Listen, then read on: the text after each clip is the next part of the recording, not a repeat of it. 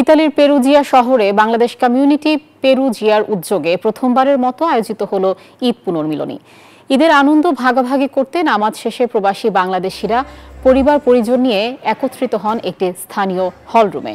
ঈদ পুনর্মিলনীতে উপস্থিত ছিলেন কমিউনিটির শীর্ষস্থানীয় নেতৃবৃন্দ সহ বিভিন্ন শ্রেণী পেশার প্রবাসী বাংলাদেশিরা। অনুষ্ঠানে নতুন প্রজন্মের জন্য খেলাধুলা ও নানা প্রতিযোগিতার আয়োজন করা হয়। এই প্রথম ঈদ পুনর্মিলন অনুষ্ঠান করতে পেরেছি। আমাদের এখানে আমরা চেষ্টা করেছি আমাদের কৃষ্টি, আমাদের কালচার, আমাদের সংস্কৃতি তুলে ধরার জন্য। ইটালিয়ানদের মাঝে আমাদের সংস্কৃতি তুলে ধরে রাখার জন্য আমরা কাজ করে যাচ্ছি।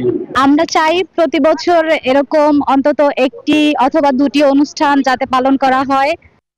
বান্ডেল থাকলে প্রতি সেনমানিতে টাকা বাঁচবে। বিকাশ সেনমানি বান্ডেল কিনে জিতুন প্রতি লেনদেনে।